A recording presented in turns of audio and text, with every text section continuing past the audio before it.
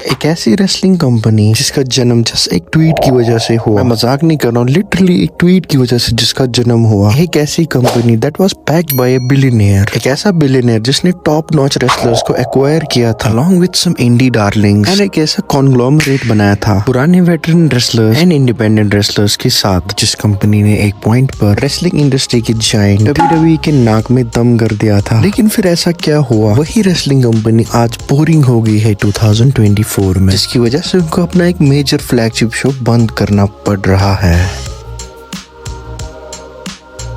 दरअसल इस कहानी की शुरुआत होती है एक ट्वीट से, जिसमें एक ट्विटर या x user bye the name of the WWE guy wrestling के वेटरन जर्नलिस्ट डेव मेल्जर से एक क्वेश्चन करते हैं। मैं बता दूं, ये वही डेव मेल्जर है जो रेसलिंग के मैचेस को स्केल करते हैं। जितना अच्छा मैच होता है उतने वो स्टार्स देते हैं उस मैच को। इस ट्वीट में ये WWE गाय पूछते हैं डेव मेल्जर से, क्या ROH कभी कर सकती है 10,000 फैंस को इकट्ठा किसी भी अरीना में, like MSG, medicine Square garden. इसके रिप्लाई में डेव मेल्जर लिखता है कि not any time soon. Technically इस क्वेश्चन का मतलब था मेजर प्रमोशंस के अलावा कोई इंडिपेंडेंट प्रमोशन 10,000 टिकट सेल कर सकते हैं किसी अरीना में, जिसका आंसर डेव मेल्जर ने बताया था not any time soon. Dave Meltzer के इस रिप्लाई को रीट्वीट किया था कोडी रोड्स ने। ट्वीट में वो बेट करते हैं डेव मेल्जर से कि वो ये करके दिखाएंगे। हमको लगा था कि कोडी रोड्स मजाक कर रहे हैं। कोडी रोड्स एंड यंग बक्स ने ROH के साथ मिलकर एक इंडिपेंडेंट पे पर व्यू ऑर्गेनाइज किया। ऑल इन के नाम से, ऑल इन एक गैम्बलिंग टर्म है, क्योंकि इस इवेंट को ऑर्गेनाइज करने में कोडी रोड्स एंड यंग बक्स का टाइम, मनी एंड रेपुटेशन दांव पर था। एंड यू नो व्हाट, कोडी and young box successfully 11,263 fans को असेंबल कर पाते हैं। On September 1st, 2018 at Sears Center Arena, Hoffman Estate, Illinois में, एंड हिस्ट्री में पहली बार किसी इंडिपेंडेंट प्रमोशन ने प्लस 1,000 टिकट्स बेची। And you know what, it was a successful पे पर व्यू। ये यही इंडिकेट कर रहा था कि रेसलिंग फैंस WWE से हटकर कुछ और देखना चाहते थे, एंड रेसलिंग फैंस अल्टरनेटिव ढूंढ रहे थे। और इन पे पर व्यू को मैं फिर कभी किसी वीडियो में ब्रीफली डिस्कस करूंगा। इनकी सक्सेस को एक बिलियनियर ने भी ऑब्जर्व किया था, एंड इस बिलियनियर का नाम था Tony Rafiq Khan, son of billionaire Shahid Khan. Tony Khan बहुत ही ज्यादा एक्साइटेड हो गए थे ऑल इन की सक्सेस के बाद। Therefore, in 2019 के जनवरी में Tony Khan, Cody Rhodes and young box announced the inception of AEW। इस दौरान टोनी खान ने बहुत सारे सुपरस्टार्स को एक्वायर किया था। At that time, जो सबसे बड़ी साइनिंग उनकी कंपनी में थी वो थी क्रिस जेरिको की। क्रिस जेरिको एक वेटरन रेसलर थे, and in his 2 decade plus long career, Chris Jericho ने बहुत बड़े companies like WWE,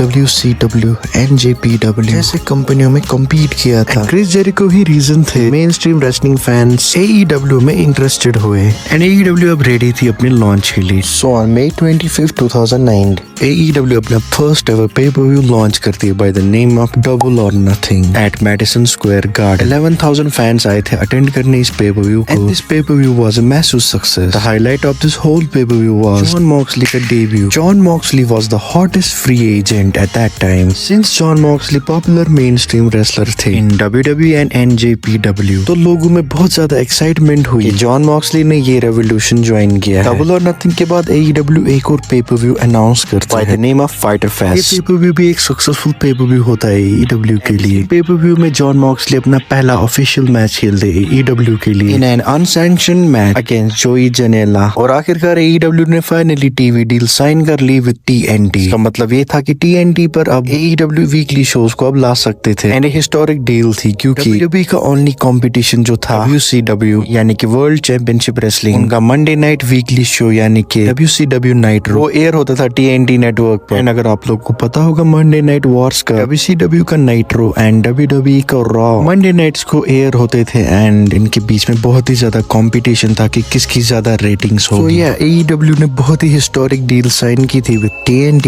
but before going live on TV their weekly show Dynamite, AEW produce one more pay per view all out के नाम से, where they crowned their first AEW women's champion in the main event। उन्होंने also crown किया था AEW men's world champion Chris Jericho. It was a tactical move Chris Jericho champion बनाना। First reason तो मैंने इस वीडियो में बोल दिया क्योंकि वो मेन स्ट्रीम रेसलर थे एंड मोस्ट पॉपुलर भी। The main reason was to solidify its legacy। Chris Jericho एक लेजेंड है, क्रिस जेरिको जैसे लेजेंड को अपना चैंपियन बनाना चैंपियनशिप की प्रेस्टीज को बढ़ाता था। एंड ऑल्सो यू नो, जब WWF WWE बन चुकी थी। क्रिस जेरिको ही उनके first ever WWE undisputed champion थे। And you know Tony Khan ने एक बड़ा बिग ब्रेन मूव खेला था। एक साथ ही उन्होंने पूरे मेन स्ट्रीम रेसलिंग का फोकस खींच दिया था एंड लोगों को लगा कि फाइनली उन्होंने WWE का अल्टरनेटिव ढूंढ लिया, जो कि शॉर्ट टाइम के लिए प्रूव भी हुआ। बट आगे जो प्लॉट ट्विस्ट हुए AEW की कहानी, कैसे टोनी खान के ego, mature management and CM Punk changed the fate of AEW in part 2 of this series. Please subscribe this channel.